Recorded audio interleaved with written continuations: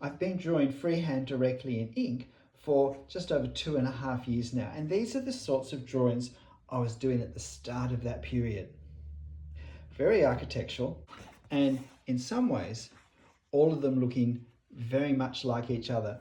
A characteristic style had emerged that made my drawings identifiable as mine.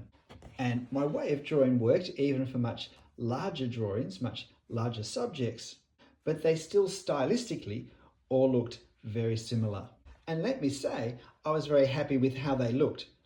At no stage was I thinking, I need to change my drawing style, I want to change my drawing style, I'm not happy with my drawing style.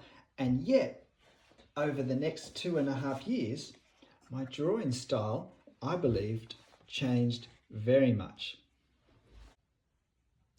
And it changed in a way that I think it was still identifiable as my style, but a very different style, a very different way of representing the subjects.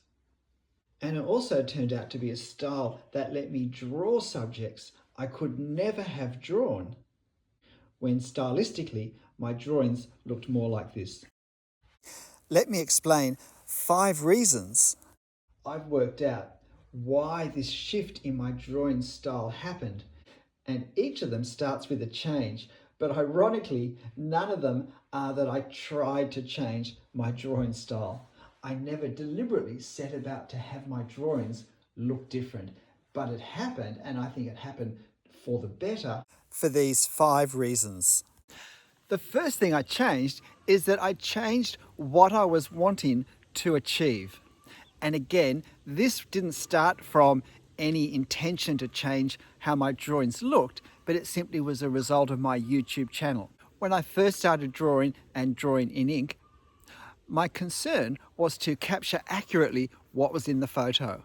In fact, I felt the success of any given drawing lay in how close it looked to the original reference. But that began to change, although I didn't realize it began to change, as I began to make more and more videos. When doing a nice copy of a reference photo over and over again became a very limiting type of video to be making. There's only so much need for those from the one person. And I began to realize that if the videos had a particular focus, then that made them a more effective learning tool. I began to wake up not just the artist inside of me, but the long asleep high school teacher inside of me as well, and began to remember about how we learn, and decided to try and integrate some of those principles into the way I created, drew, and presented my videos and the information in them.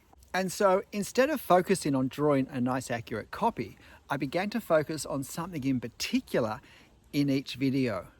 It might be the foliage, it might be the perspective, it might be how we keep proportion correct as we draw freehand. It might be how and where to start and progress a drawing when you're doing it freehand.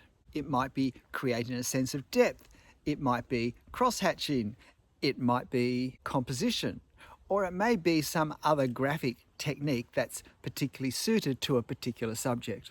And this focus became more important to me when I drew than simply drawing some sort of accurate copy of my reference. And as I was drawing, I began to think about what I would say about this drawing, about these particular techniques. A very different focus began to happen in the way I thought about a drawing, both before I drew it and while I was drawing it. And over the hundreds and hundreds and hundreds of drawings that I did for my many videos, this concentration on focusing on and developing certain skills began to change how my drawings looked. And that was partly because my skills in each of those areas began to improve as I focused quite deliberately on those skills rather than on an overall accurate copy of my drawing. It changed the way they look, and I believed it was a change for the better. The second thing I changed quite deliberately that had nothing to do in my mind with changing my drawing style was to change the size and the scale in which I drew. And because I decided to draw smaller size drawings and at times much simpler drawings, I was able to finish drawings more easily, more quickly.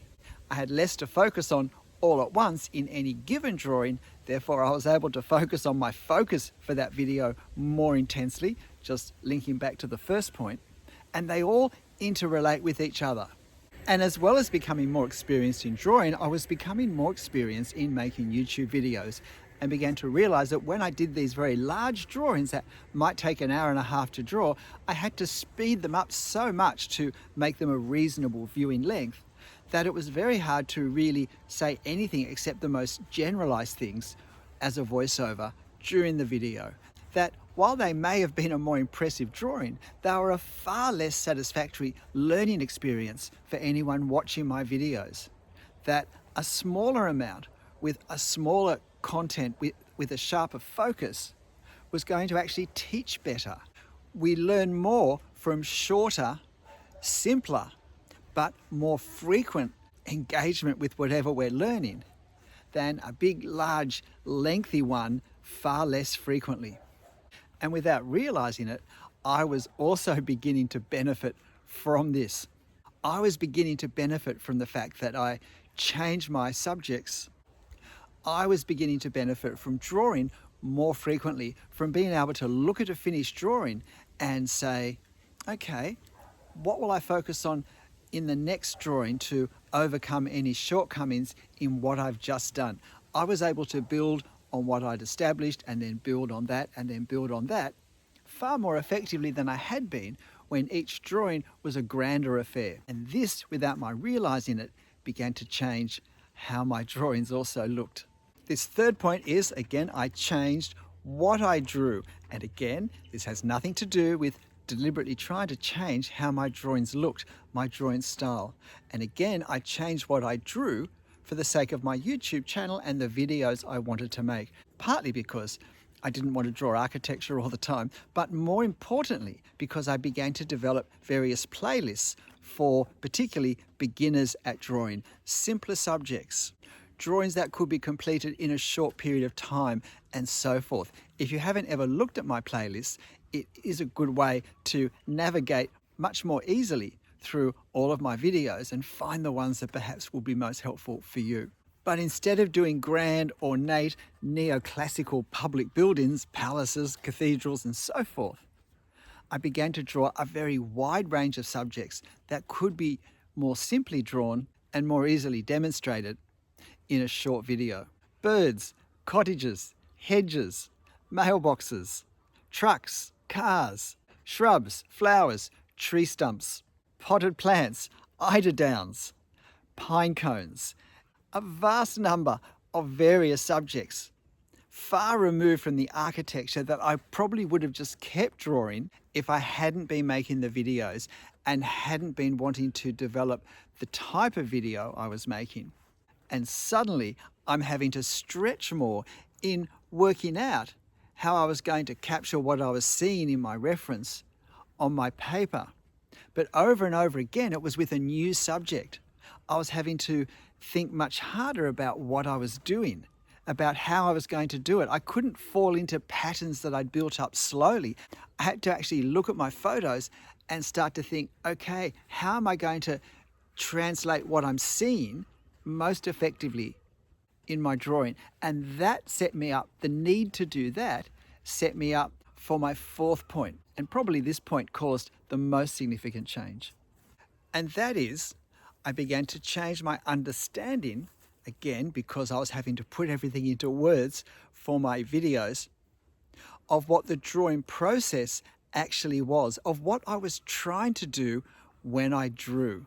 From my architectural drawing beginnings, it's pretty clear that my focus, if I look at those drawings at that stage, was on outlining the major, if you like, geometric shapes of the building accurately, in proportion, and adding the detail, in effect, on top of that. But very much there's an emphasis on long, straight lines that are accurately positioned to enclose the space that the building occupies. Very much an emphasis on outline. And of course that ties in with what I was trying to do at that stage, which was to basically copy my photo as accurately as I could. But the start of the shift came when I was drawing trees. Now, I'd noticed that trees were often a problem for people who drew architecture, I think because they are such a different subject. And yet I realized that they weren't a problem for me. And I wondered why. And I realized that although I'd only been drawing for 6 years, I had painted in oils for 10 years before that. And in painting a tree canopy, especially a large gum tree canopy, how do we capture the effect of all those leaves using a brush with colour and value? I can't paint individual leaves on a giant canopy. And of course, what I had to do was to be painting the overall effect of those leaves. And I realized that I transferred this way of thinking to my drawing, only instead of using colour and value, I was using a line to hatch, to create value and to give a sense of direction, of form as well. But I did that fairly intuitively from what I'd learned when I was painting. But at first I thought, oh, well, that's a neat way to paint trees. That's a great thing for foliage. But as I began to verbalize that in my videos and talk about capturing the effect of the leaves, the overall effect that we see, not the little parts that make it up, and seek to draw in the best way possible, the most effective way possible, that effect, I began to realize it applied to other things. We could use it for bricks, for pavers, for people in a crowd. But then I began to see, in fact, that really in everything we draw, we're drawing the visual effect. We're drawing how it looks, and how it looks depends on a lot of circumstances, depends on atmospheric conditions, depends on the light, depends on the distance. And that simply outlining shapes that we have in our reference is not capturing these effects. In fact, often it actually works against the feel of how something looks in our reference or in life and what we draw. A heavy outline can end up looking overly simplified and cartoon-like when we're wanting to capture a stronger sense of realism in what we draw.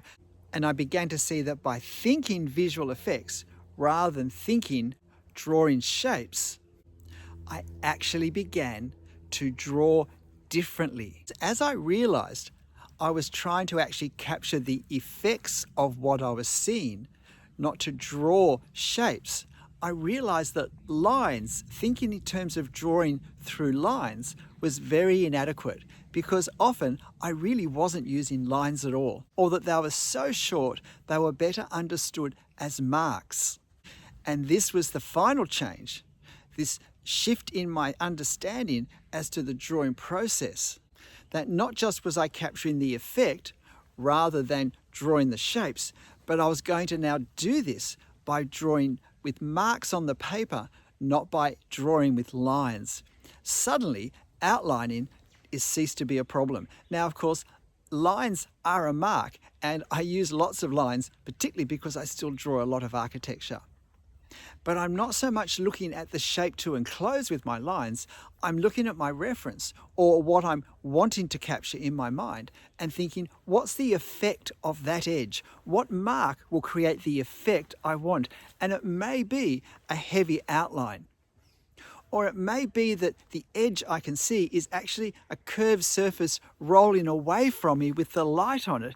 And so it's almost like the edge of the object just slowly disappears into space. And I don't want a heavy outline that looks the same as the heavy outline on the other side of the object, where it's in dark shadow, because that's not the effect that I have on the light side of my curving object. I need to use different marks to create a different effect.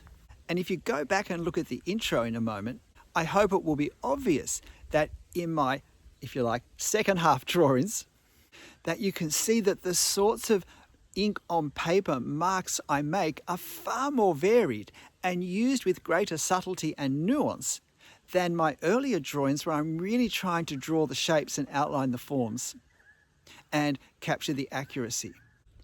And I never set out to change the marks I was trying to make, and I certainly never set out to change how my drawings looked, the drawing style. I never worked on my technique. I never worked at looking at what people whose drawings I admired were doing and sought to deliberately transfer the way their marks looked onto my drawings.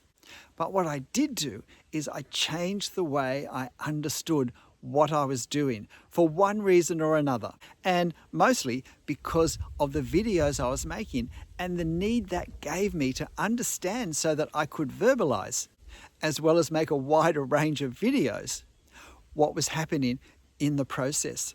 One of the things that gives me confidence about my content is I've seen its benefit in my own drawing, and I know that this is where it's come from. So if you're not happy with your drawing style, can I suggest you start changing? Change what you draw, how large you draw it, how quickly, how often you draw it. But more importantly, seek to really think through, what am I trying to do when I draw? What's my focus? What's my purpose? What am I wanting a drawing to look like? Going beyond just an accurate copy, but to really start to create something that I've put myself into, where I go beyond the photo and start to draw an atmosphere, a vibe, a feeling, an invitation. As we're aiming for something more than the photo, we're going to have to reach deep and dig around and find more creativity to express itself in the marks that we make. And if this is something you'd like to do, I wish you all the best with it. G'day, I'm Stephen Travers.